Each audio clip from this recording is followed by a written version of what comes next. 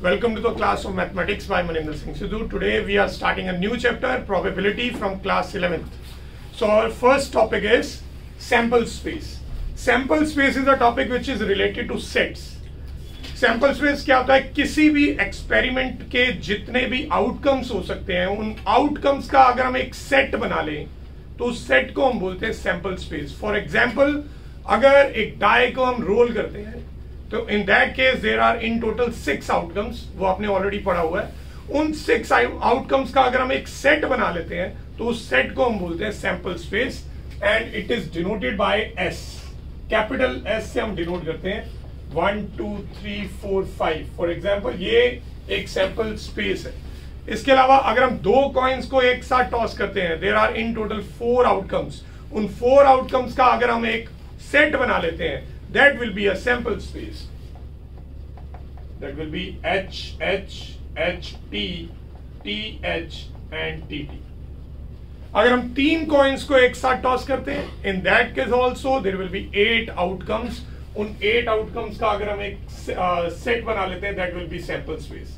H H H H H T H T H T H H H T T T H T T T H and T T T.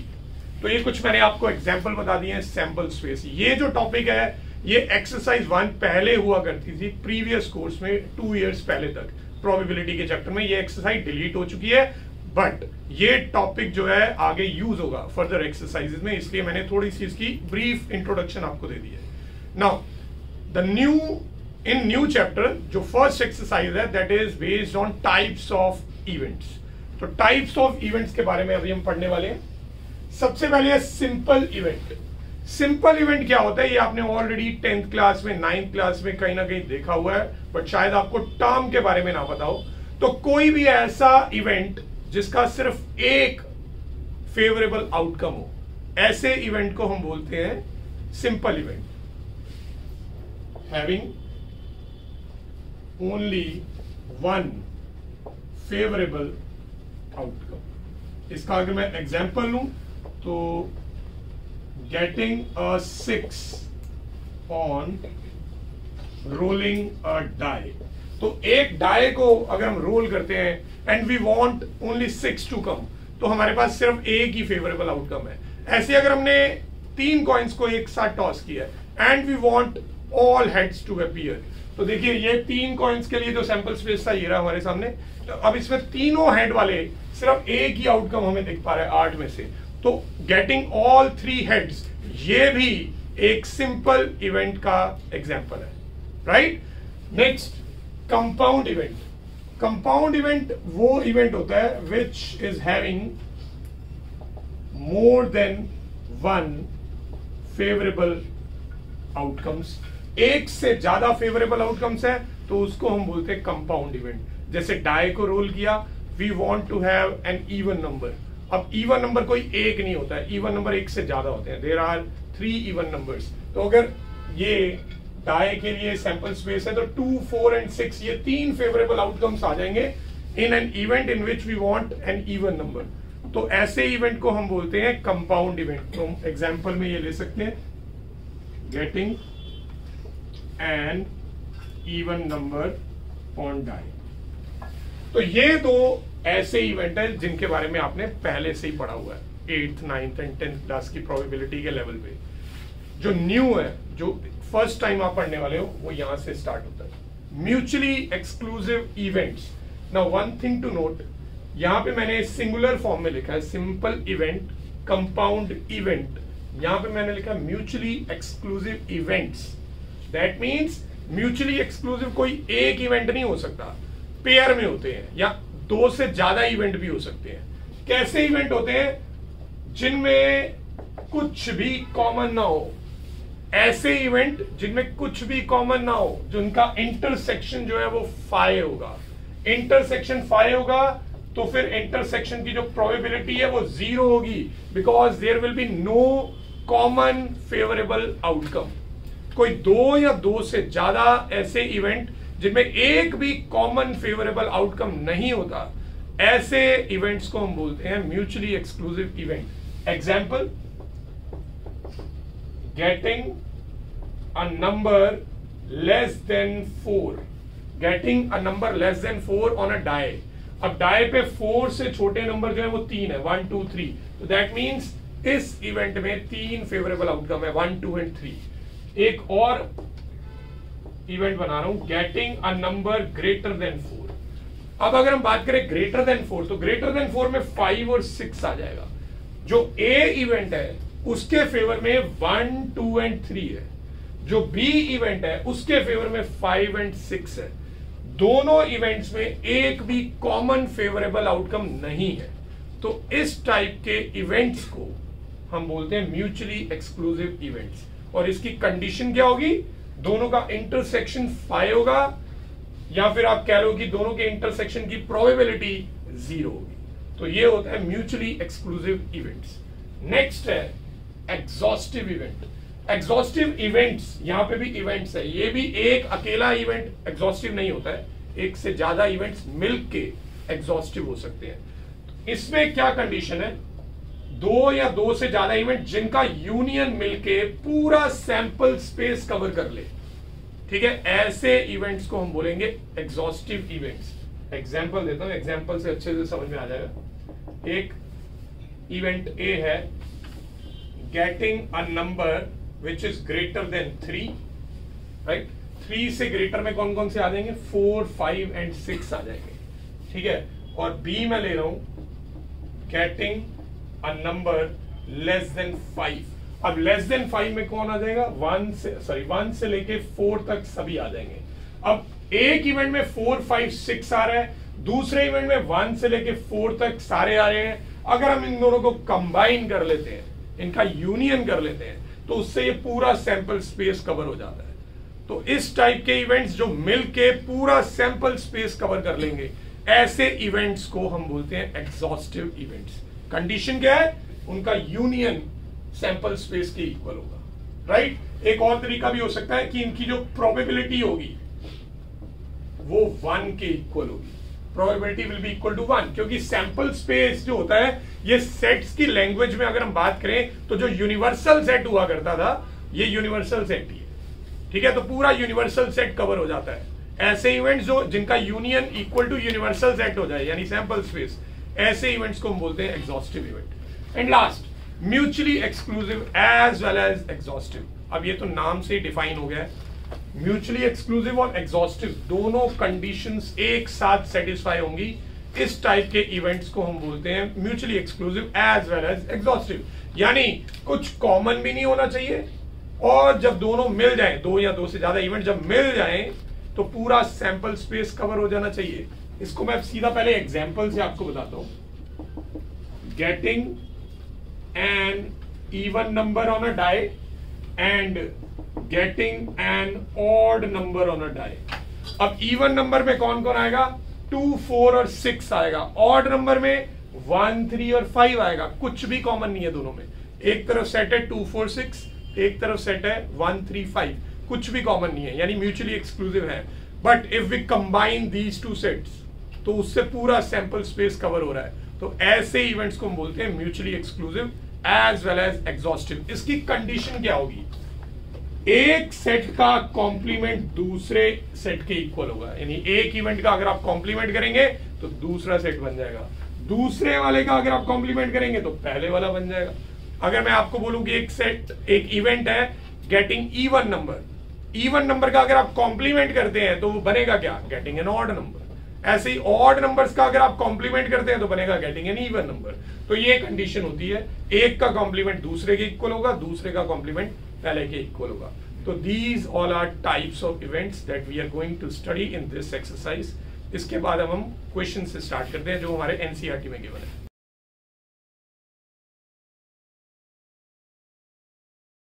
So let us begin with exercise 14.1. Question number 1 is a die is rolled. Let E be the event that die shows 4. Event E है die shows 4. अगर हम die को roll करते हैं तो 4 outcome वाला सिर्फ एक ही फेवरेबल आउटकम है, 4, that's it. और जो इवेंट F दे रखा है, it is defined as die shows even number. अब इवन नंबर वाले 3 फेवरेबल आउटकम्स होते हैं, ठीक है, now the question is R E and F mutually exclusive. तो आपसे पूछा जा रहा है ई और एफ म्यूचुअली एक्सक्लूसिव है या नहीं। कंडीशन होती है कि दोनों इवेंट्स का इंटरसेक्शन फाई होना चाहिए, यानी कुछ भी कॉमन नहीं होना चाहिए। But as you can see कि दोनों में एक ही आउटकम है जो कॉमन है, so that means it is not equal to phi. Phi के इक्वल नहीं आ रहा है, दैट मीन्स ये ई और F, E and F are not mutually exclusive events, that's it.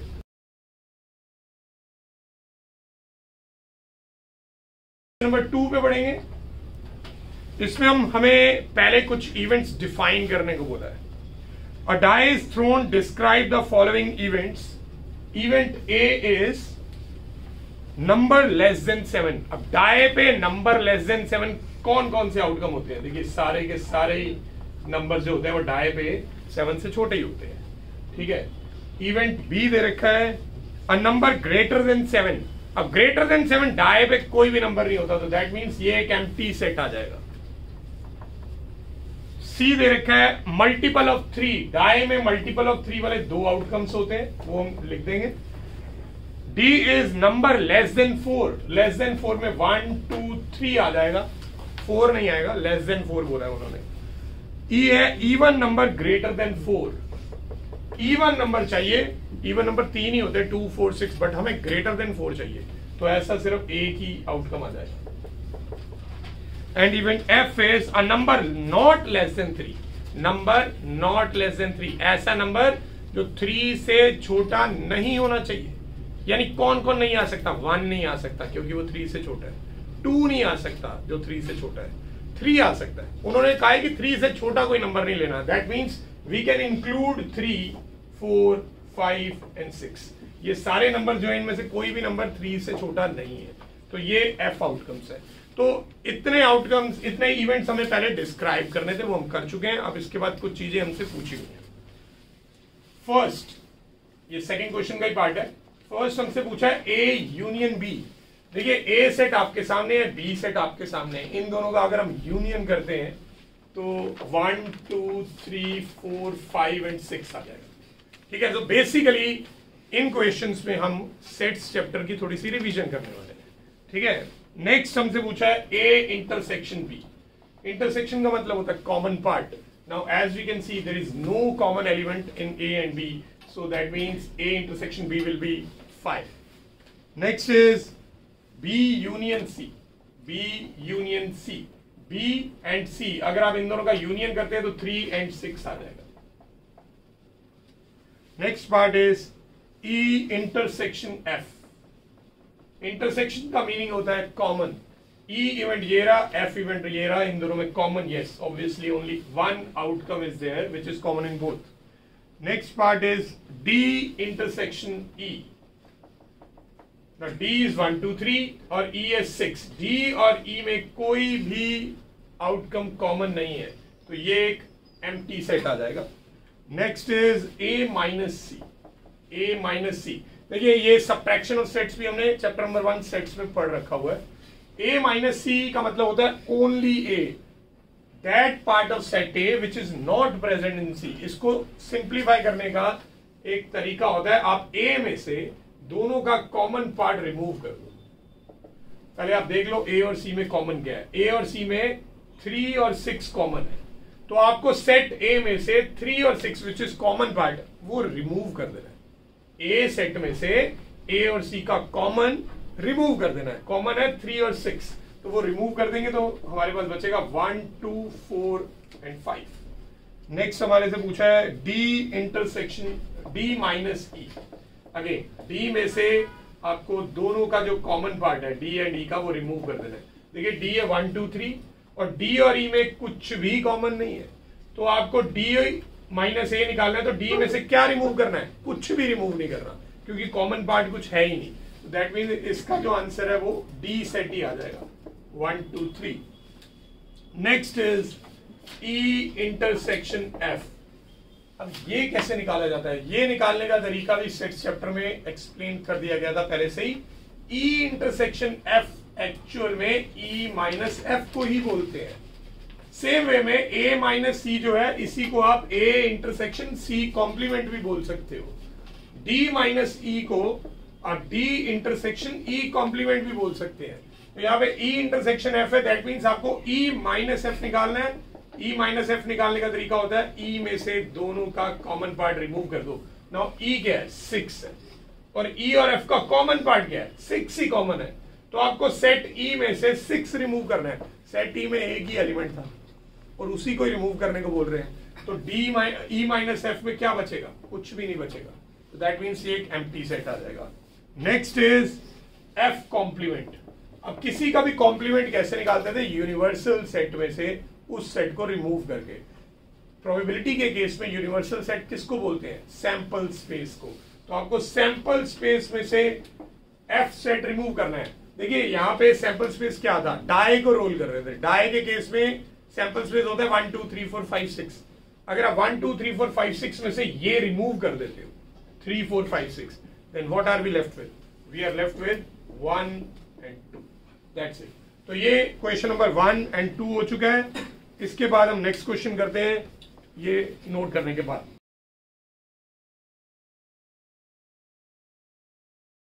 From exercise 1, we have an experiment of tossing a pair of die.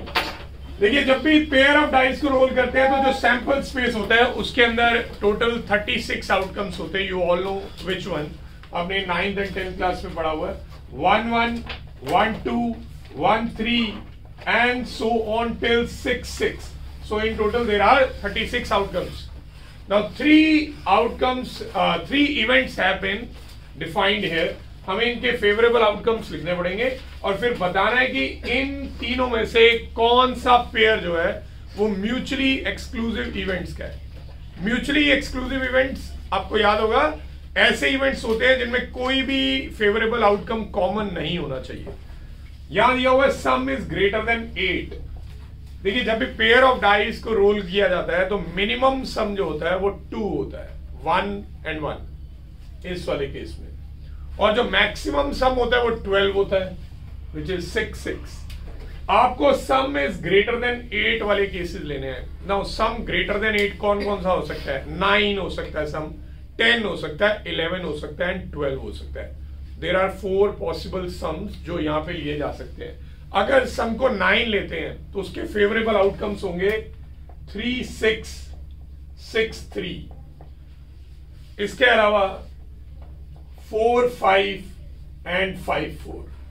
तो सम 9 आने के लिए ये 4 outcomes are there. Then some जो है वो 10 भी हो सकता है, बिकॉज ग्रेटर देन 8 में 10 भी आएगा। 10 के लिए फेवरेबल आउटकम्स है 4 6 6 4 and 5 5। Then sum can also be 11। 11 के लिए फेवरेबल आउटकम्स है 5 6 6 5 एंड देन जो सम है वो 12 भी हो सकता है, तो इसलिए 6 6। तो these are the favourable outcomes for event A. Event B में बोल रहा है 2 अकर्स ऑन आइदर डाई। अब इसका मीनिंग है कि 2 किसी भी डाई पे आना जरूरी है, चाहे एक डाई पे आए चाहे दोनों डाई पे आए। तो इसके फेवरेबल आउटकम्स में आ जाएगा जैसे 2 1 2 2 2 3 2 4 2 5 एंड 2 6। ये मैंने वो सारे आउटकम्स लिए जिसमें फर्स्ट पोजीशन पे 2 अकर हुआ है। अब सेकंड पोजीशन पे 2 अकर हुआ, ऐसे कौन से होंगे, 1 2 देन 2 2 भी होना है, बट 2 2 ऑलरेडी आ चुका है तो इसलिए मैं रिपीट नहीं करूंगा उसे। 3 2 4 2 5 2 and 6 2। So these are the favorable outcomes for B event. Now C is the sum is at least 7 and multiple of 3। देखिए सम जो मैंने अभी आपको बताया था, मैक्सिमम सम जो है वो 12 हो सकता है। एटलीस्ट 7 चाहिए, यानी 7 या उससे ऊपर का सम चाहिए। बट साथ ही एक और कंडीशन भी है कि मल्टीपल ऑफ 3 होना चाहिए। देखिए मल्टीपल ऑफ 3 में या तो 3 आता है या 6 आता है, 9 आता है और 12 आता है। ठीक है, एटलीस्ट 7 भी चाहिए और 3 का मल्टीपल भी चाहिए। तो इसमें 2 ही सम हो सकते हैं, 9 और 12। तो अगर सम 9 है तो उसमें आ जाएगा फेवरेबल आउटकम्स में 4 5 5 4 3 6 6 3। और सम जो है वो 12 भी हो सकता है। 12 के लिए सिर्फ एक ही फेवरेबल आउटकम है। सो ये हमने तीनों इवेंट्स को डिफाइन कर दिया with their favourable outcomes. Now the question was कि इन तीनों में से कौन सा पेयर है जो म्यूचुअली एक्सक्लूसिव इवेंट्स है. म्यूचुअली एक्सक्लूसिव इवेंट्स आर, देखिए ए और बी में हमें देखना पड़ेगा कोई भी आउटकम कॉमन दिख रहा है. देखिए ए और बी में एक भी आउटकम कॉमन नहीं है, तो that means A and B ये दोनों पेयर म्यूचुअली एक्सक्लूसिव हो सकते हैं. एक आंसर तो आ चुका है, but we have to check कि कोई और आंसर पॉसिबल तो नहीं है. अब ए और सी में चेक करते हैं. ए और सी में कोई favourable outcome common, yes there are 4 5 5 4 कुछ कॉमन है. एक भी कॉमन आ गया तो उसे आप म्यूचुअली एक्सक्लूसिव नहीं बोल सकते. ठीक है. इसके बाद बी और सी का चेक कर लेते हैं. बी और सी में कोई favourable outcome, no there isn't. तो that mean B and C भी हो सकता है. तो इसके दो आंसर्स है. ए और बी का पेयर भी हो सकता है और बी और सी का भी पेयर हो सकता है. चलिए ये क्वेश्चन कंप्लीट है.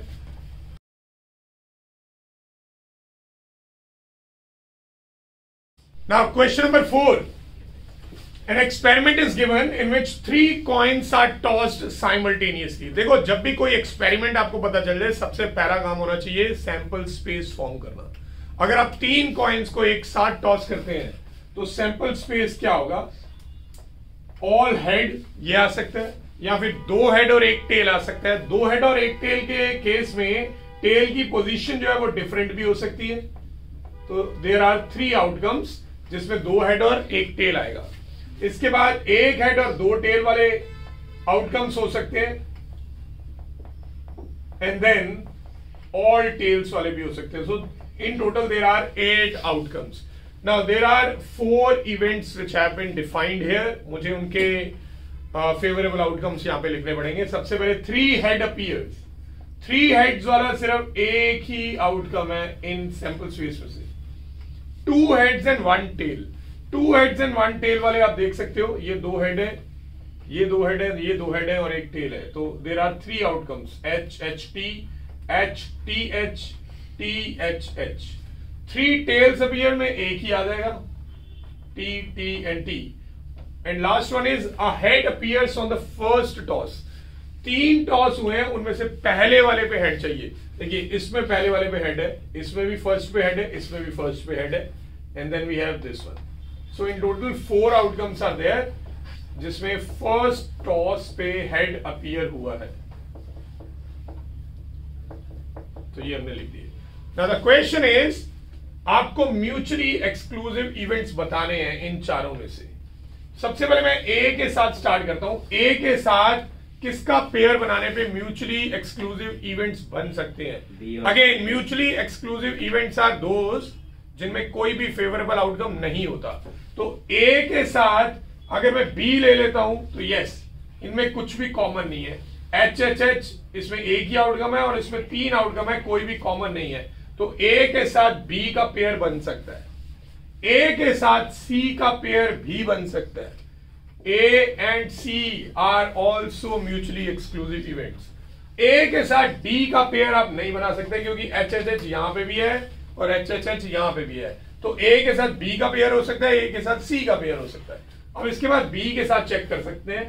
B and C में कोई भी आउटकम जो है वो कॉमन नहीं है. ठीक है. तो B and C का जो पेयर है वो भी म्यूचुअली एक्सक्लूसिव हो सकते हैं. B and C में yes there are common outcomes, जैसे HHT दोनों में कॉमन है. तो B and D का नहीं हो सकता है.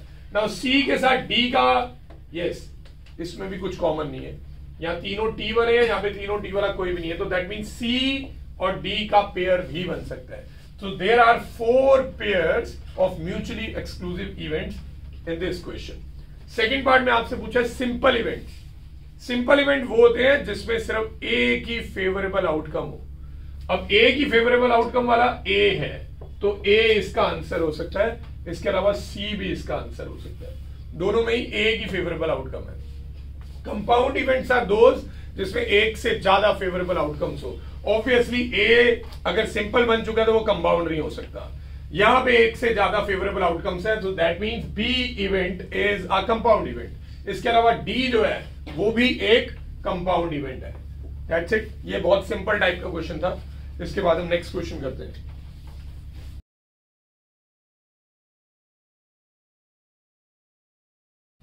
Now question number 5, again experiment same ही है। 3 coins are tossed, 3 coins are tossed simultaneously, तो इसका सैंपल स्पेस फिर से वही बनेगा 8 आउटकम्स वाला। अब इस क्वेश्चन में हमें खुद को डिफाइन करने को बोला है। जैसे इससे प्रीवियस क्वेश्चंस में इवेंट ए, इवेंट बी और इवेंट सी वो पहले से डिफाइंड थे, हम सिर्फ उनके फेवरेबल आउटकम्स लिख रहे थे। इस बार ये जो क्वेश्चन है ये पूरी तरह से सब्जेक्टिव है, यानी कि हर कोई अपने अकॉर्डिंग अपना पर्सनल आंसर बना सकता है और वो करेक्ट हो सकता है। ठीक है, इसके यानी कि बहुत सारे नंबर ऑफ करेक्ट आंसर्स हो सकते हैं। जनरली इस टाइप के क्वेश्चंस एग्जाम में नहीं आते हैं, रिटन एग्जाम में नहीं आते हैं, बट ऐसे क्वेश्चन जो है वो वाइवा वगैरह में पूछा जा सकता है। और रिटन एग्जाम में ना आने का रीजन ये है कि उसमें चेकिंग के टाइम पे थोड़ी प्रॉब्लम होती है टीचर को, क्योंकि हर किसी का आंसर डिफरेंट हो सकता है, तो उसे पर्सनली चेक करना पड़ता है हर किसी का। तो जनरली सिर्फ इसी रीजन से मैं बोल रहा हूं कि ये जनरली नहीं आते हैं, बट कभी कभार आ भी सकता है। ओके, हमें 2 म्यूचुअली एक्सक्लूसिव इवेंट्स बनाने हैं, अपनी मर्जी से बनाने हैं। एक इवेंट ए, एक इवेंट बी। आप ऐसे 2 इवेंट डिफाइन करिए जिनमें एक भी आउटकम कॉमन ना हो, दोनों म्यूचुअली एक्सक्लूसिव होने चाहिए। देखिए सबसे सिंपल आंसर मैं ये बना सकता हूं, all heads all tails. All heads में ये तीनों आ जाएंगे, सॉरी ये वाला आउटकम आ जाएगा ऑल हेड्स वाला, और ऑल टेल्स में ये वाला आ जाएगा। दोनों में एक भी आउटकम कॉमन ही नहीं होगा, राइट। तो इस तरह के बहुत सारे आंसर बन सकते हैं। मैं एग्जैक्टली 1 हेड, चलिए मैं एक आंसर बना ही देता हूं यहां पे, एग्जैक्टली 1 हेड। अब अगर मैं एग्जैक्टली 1 हेड की बात करता हूं तो इसमें ये 3 आ जाएंगे, एग्जैक्टली 1 हेड 1। ठीक है, अब मुझे बी इवेंट कोई ऐसा इवेंट बनाना पड़ेगा जिसमें ये 3 ना आते हो, इन तीनों में से एक भी नहीं आना चाहिए। तो मैं ये बना सकता हूं, एग्जैक्टली 1 टेल्स। एग्जैक्टली 1 टेल में ये 3 आ जाएंगे, तो ये इवेंट ए के हो गए, ये इवेंट बी के हो गए। अब एक भी आउटकम दोनों में कॉमन नहीं है, तो that means these 2 events are mutually exclusive events. तो ये इसका आंसर है। जैसे कि मैंने बताया, इसका आप अपनी मर्जी से जितने मर्जी आंसर बना सकते हो। नेक्स्ट पे आ जाते हैं, 3 mutually exclusive as well as exhaustive events. Mutually exclusive भी होने चाहिए, यानी कुछ कॉमन नहीं होना चाहिए, और एग्जॉस्टिव भी होने चाहिए, यानी उन तीनों इवेंट्स के फेवरेबल आउटकम्स को मिला के पूरा सैंपल स्पेस कवर हो जाना चाहिए। ठीक है, तीनों का जो यूनियन है वो सैंपल स्पेस के इक्वल होना चाहिए, और तीनों का जो इंटरसेक्शन है वो फाई होना चाहिए, एक भी आउटकम कॉमन नहीं होना चाहिए। तो चलिए बनाना स्टार्ट करता हूं। अच्छा, अगर मैं यही वाला ए और बी यहां पे बना लूं, ए और बी में कुछ भी कॉमन नहीं है तो म्यूचुअली एक्सक्लूसिव है, बट मुझे एक तीसरा इवेंट और बनाना पड़ेगा। अब वो तीसरे इवेंट में ये दोनों आने चाहिए। अब ये दोनों, क्या नाम ऐसा रखें हम जिसमें ये दोनों आ जाए? हम ऐसा बोल सकते हैं, same result on all 3 tosses. अगर मैं एक ऐसा इवेंट बना देता हूं, ए यही वाला रिपीट कर देता हूं, बी यही वाला रिपीट कर देता हूं, और सी में हम रख देंगे कि same result on all 3 tosses, तो उसमें ये दोनों आउटकम्स आ जाएंगे। तो ऐसा करने पे ये म्यूचुअली एक्सक्लूसिव भी हो जाएंगे और पूरा सैंपल स्पेस भी कवर हो जाएगा। तो that can be one of the answers. अगर इससे कुछ डिफरेंट बनाना है तो चलिए कुछ और बना के देख लेते हैं। एक मैं इसे ले लेता हूं, इसे मैं लिखूंगा ऑल हेड्स। अब ऑल हेड्स में एक ही आउटकम आया है। ठीक है, अब मैं एक इसके लिए बना लेता हूं, इसे मैं एग्जैक्टली 2 हेड्स बोल सकता हूं, एग्जैक्टली 2 हेड्स। तो ये बी हो चुका है, ये ए ये बी। अब सी में ये चारों आने जरूरी है। चारों इसलिए आने जरूरी है क्योंकि पूरा सैंपल स्पेस कवर करना है। अब इसका नाम हमें खुद सोचना पड़ेगा। अब इसका नाम हम यहां तो रख सकते हैं एटलीस्ट 2 टेल्स, यानी 2 टेल्स या 2 से ज्यादा टेल्स, उसमें ये चारों आ जाएंगे। या फिर हम इसका नाम एटमोस्ट 1 हेड भी रख सकते हैं। एटमोस्ट 1 हेड में 0 हेड वाला केस भी आएगा और 1 हेड वाला केस भी आएगा। तो ये बना देते हैं, एटमोस्ट 1 हेड। Excuse me. तो ये सी हो गया। इसके बाद next 2 events which are not mutually exclusive. ऐसे इवेंट बताने हैं जिसमें कुछ ना कुछ कॉमन मिल जाए। तो एक मैं बना लेता हूं एटलीस्ट 2 हेड्स। अब एटलीस्ट 2 हेड्स की अगर मैं बात करता हूं तो उसमें ये चारों आ जाएंगे, एटलीस्ट 2 हेड्स, 2 हेड्स या 2 से ज्यादा। अब मुझे दूसरा इवेंट कुछ ऐसा बनाना है जिसमें इसके साथ कुछ ना कुछ कॉमन हो, ठीक है? तो मैं ऑल हेड्स भी लिख सकता हूं। अगर मैं ऑल हेड्स लिख देता हूं तो ऑल हेड्स में ये आ जाएगा, तो दोनों इवेंट्स में एक आउटकम कॉमन हो गया। तो अब ये म्यूचुअली एक्सक्लूसिव नहीं है, आप इसके अलावा कोई और आंसर भी बना सकते हो। नेक्स्ट है 2 events which are mutually exclusive but not exhaustive, यानी पूरा सैंपल स्पेस कवर नहीं होना चाहिए बट कॉमन भी कुछ नहीं होना चाहिए। तो ऐसे इवेंट में भी बहुत सारे आंसर बनाए जा सकते हैं। ऑल हेड्स, ऑल टेल्स, ये बना देते हैं, कुछ भी कॉमन नहीं है और सैंपल स्पेस भी पूरा कवर नहीं हो रहा। All heads, all tails, right. अब फिफ्थ पार्ट में बोला गया है 3 इवेंट बनाने हैं। अगेन सेम चीज है, यही कंडीशन है, म्यूचुअली एक्सक्लूसिव तो होने चाहिए मगर एग्जॉस्टिव नहीं होने चाहिए। चलिए इसमें भी मैं बना देता हूं कोई एक। तो ऑल हेड्स ले लेते हैं, ऑल हेड्स, ये ए हो गया। एक मैं ले लेता हूं एग्जैक्टली 2 हेड्स, एग्जैक्टली 2 हेड्स, तो ये हो गया बी।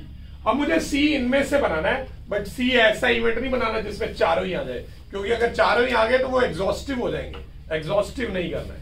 तो मैं ये बना लेता हूं, इसे हम लिख सकते हैं exactly 1 head, exactly 1 head.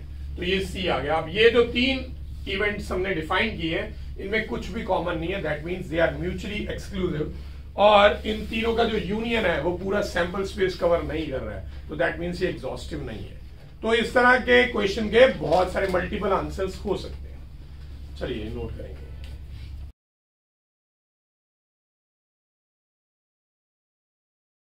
Now question number 6. The experiment is 2 dice are rolled together. अब 2 डाइस जब एक साथ रोल किए जाते हैं तो आपको मालूम है 36 आउटकम्स आते हैं। कौन से 36 है, पूरे तो नहीं बनाएंगे हम, 1 1 1 2 1 3 and so on till 6 6. So in total there are 36 outcomes. Now 3 events have been defined in the question. हम उनके फेवरेबल आउटकम्स एक बार लिख लेते हैं। पहले वाले केस में बोला है getting an even number on the first die. First die पे इवन नंबर होना चाहिए, सेकंड पे कुछ भी हो सकता है। तो फर्स्ट डाई पे 2 आ सकता है, सेकंड पे 1 भी हो सकता है, 2 भी हो सकता है, ऐसे करते करते 6 तक जा सकता है। तो 6 आउटकम तो ये हो जाएंगे। अब फर्स्ट वाले डाई पे इवन नंबर चाहिए, इवन नंबर 2 के अलावा 4 भी हो सकता है। तो 4 1 4 2 से लेके 4 6 तक जाएगा, 6 आउटकम ये भी हो जाएंगे।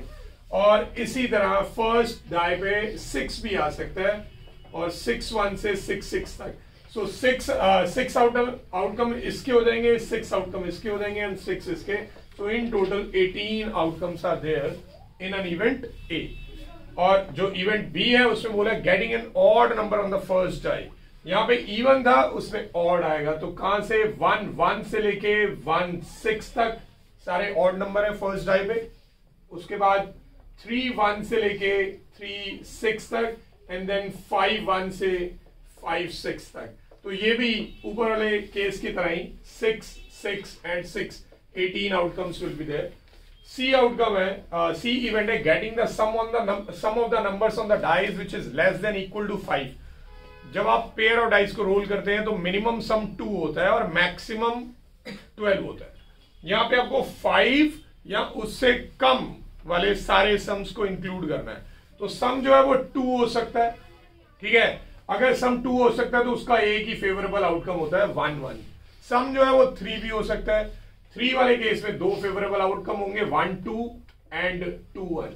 सम 4 भी हो सकता है। तो in that case outcomes will B 1 3 3 1 2 2। और सम जो है वो 5 के इक्वल भी हो सकता है। तो 5 के इक्वल वाले सम में 1 4 4 1 2 3 एंड 3 2। तो ये आउटकम्स आ जाएंगे। तो काउंट कर लेते हैं 1 2 3 4 5 6 7 8 9 10 favourable outcomes are there in an event C. अब हमें ये सब डिफाइन करने को बोला है। सबसे पहले ए कॉम्प्लीमेंट। किसी भी सेट का कॉम्प्लीमेंट कैसे निकलता है, यूनिवर्सल सेट में से उस सेट को हटा के। यूनिवर्सल सेट जो है प्रोबेबिलिटी के केस में सैंपल स्पेस को बोलते हैं। तो सैंपल स्पेस वाले सेट में से अगर मैं ये वाला सेट हटा देता हूं, सेट ए में सारे इवन नंबर थे फर्स्ट डाई पे, अगर हम इन सब में से फर्स्ट डाई पे इवन वाले हटा देते हैं तो हमारे पास बचेंगे कौन से, जिनमें फर्स्ट डाई पे ऑड नंबर थे। तो फर्स्ट डाई पे ऑड नंबर वाले एक्चुअल में सेट बी के आउटकम्स हो जाएंगे, यानी इवेंट बी हो जाएगा। That means A complement is equal to B है। नेक्स्ट हमसे पूछा नॉट बी। अब नॉट बी का मतलब बी कॉम्प्लीमेंट होता है। अगेन बी कॉम्प्लीमेंट कैसे निकलेगा, सैंपल स्पेस में से सेट बी को हटाना है। सेट बी में वो सारे आउटकम्स है जिसमें फर्स्ट डाई पे ऑड नंबर था, 18 आउटकम्स है। इन 18 को हम अगर ये 36 आउटकम में से हटा देंगे तो बाकी के जो 18 बचेंगे वो सेट ए यानी इवेंट ए के ही होंगे। तो मैं एक बार आपको याद दिलाना चाहूंगा, इसी वीडियो में मैंने स्टार्टिंग में बताया था कि अगर ए का कॉम्प्लीमेंट बी के इक्वल हो और बी का कॉम्प्लीमेंट ए के इक्वल हो तो ऐसे आउटकम्स जो होते हैं वो mutually exclusive as well as exhaustive होते हैं, यानी इनमें कॉमन कुछ भी नहीं होगा और इनका जो यूनियन होगा वो सैंपल स्पेस के इक्वल हो जाएगा। नेक्स्ट ए और बी। ए और बी, और का मतलब होता है यूनियन। तो अगर आप फर्स्ट डाई पे इवन और फर्स्ट डाई पे ऑड नंबर्स वाले सेट को कंबाइन कर देते हैं, यूनियन कर लेते हैं, तो उससे पूरा सैंपल स्पेस कवर हो जाएगा। तो that will be equal to sample space, right. Next is A and B. अब ए एंड बी का मतलब होता है इंटरसेक्शन। इंटरसेक्शन यानी कॉमन। देखिए अभी हमने ऊपर बात करी थी कि ए का कॉम्प्लीमेंट अगर बी के इक्वल है, बी का कॉम्प्लीमेंट ए के इक्वल है, तो दैट मीन्स वो एग्जॉस्टिव है, इसीलिए उनका यूनियन ऐसा है। और दैट ऑल्सो मीन्स कि वो म्यूचुअली एक्सक्लूसिव है, यानी इनमें कॉमन कुछ भी नहीं होगा, तो इनका इंटरसेक्शन जो है वो फाई के इक्वल है, राइट। नेक्स्ट है A but not C. A but not C का मतलब है ए में से आपको सी वाले सारे आउटकम्स हटा देने हैं। ए में सारे वो आउटकम्स है जिसमें फर्स्ट डाई पे इवन नंबर आया था। इसमें फर्स्ट डाई पे इवन नंबर वाला ये 2-1 है, 2-2 है, 2-3 है। तो आपको ये 3 आउटकम्स को हटाना पड़ेगा, बाकी सारे आपको लिखने पड़ेंगे। तो इसे आपको डिफाइन प्रॉपरली करना पड़ेगा। तो 2-1 को हटाने को बोला गया तो 2-1 नहीं आएगा। देन 2-2 से लेके 2-2 भी नहीं आएगा, सॉरी 2-3, 2-4, 2-5 से लेके 2-6 तक आएगा, ठीक है। अब 4 से स्टार्ट होने वाला यहां पे एक भी नहीं है, तो दैट मीन्स 4-1 से लेके 4-6 तक सारे आ जाएंगे। एंड देन ओके 2-3 भी हटाने को ही बोला था, तो 2-3 भी नहीं आएगा। सो 2-4, 2-5, 2-6, देन 4-1 से लेके 4-6, देन 6-1 से लेके 6-6। तो दैट मीन्स 6 आउटकम ये है, 6 ये है और 3 ये है। तो in total 15 outcomes will be there in A but not C. अब है बी और सी। बी और सी का मतलब है बी यूनियन सी। अगर आप बी और सी को कंबाइन कर देते हैं तो बी में सारे वो आउटकम्स थे जिसमें odd number on the first die आया था, तो वो सारे आ जाएंगे। उसके अलावा इसमें भी odd number on first die वाले कुछ आउटकम्स हैं, बट ये सिर्फ जो मैंने अंडरलाइन किए हुए हैं ये बी में इंक्लूडेड नहीं है, तो ये इनमें ऐड ऑन करने पड़ेंगे। तो बी यूनियन सी में आप क्या लिखेंगे, 1-1 से लेके 1-6 तक, देन 3-1 से लेके 3-6 तक, 5-1 से लेके 5-6 तक। अब इसके अलावा ये 3 आउटकम्स हमें ऐड ऑन करने हैं इसके अंदर। तो 2-1 भी ऐड हो जाएगा, देन 2-2 ऐड हो जाएगा और 2-3 भी ऐड हो जाएगा। तो 18 + 3 21 outcomes will be there. Next हमें बी एंड सी बताना है। बी एंड सी का मतलब है बी इंटरसेक्शन सी। बी और सी में कॉमन वाले बताने हैं। देखिए कॉमन वाला ये होगा 1-1, 1-2, ये ऊपर इसमें आया होगा, 1-3, 3-1, 1-4, 4-1, 3-2। तो ये जो मैंने सर्कल किया है ये इसका आंसर हो जाएगा। 1-1 एंड देन 1-2, 1-3, 3-1, 1-4, 4-1,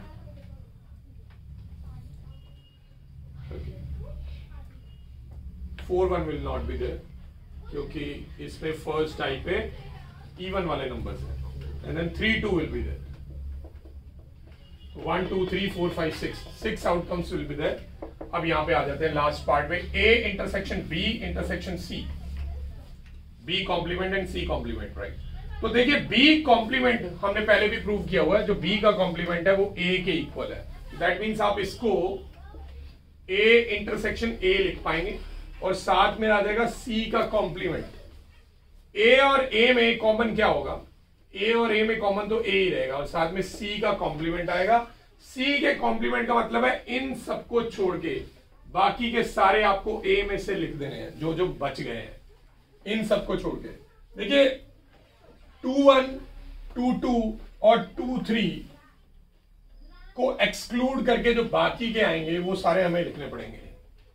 तो वो सारे आ जाएंगे, 2-1, 2-2, 2-3 नहीं आएगा, बाकी सारे आ जाएंगे। That means the answer will be same as this one.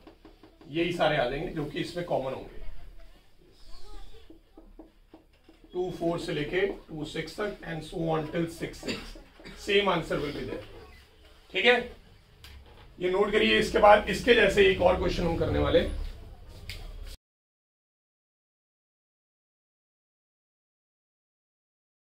Now question number 7। Question number 7 में सेम 6 पे ही बेस्ड है। हमें इसमें ट्रू एंड फॉल्स के आंसर देने हैं। फर्स्ट पार्ट है A and B are mutually exclusive. देखिए ए में 18 आउटकम्स है, बी में भी 18 आउटकम्स है, और जो ए में है वो बी में इंक्लूडेड नहीं है, और जो बी में इंक्लूडेड है वो ए में इंक्लूडेड नहीं है। So that means this statement is true.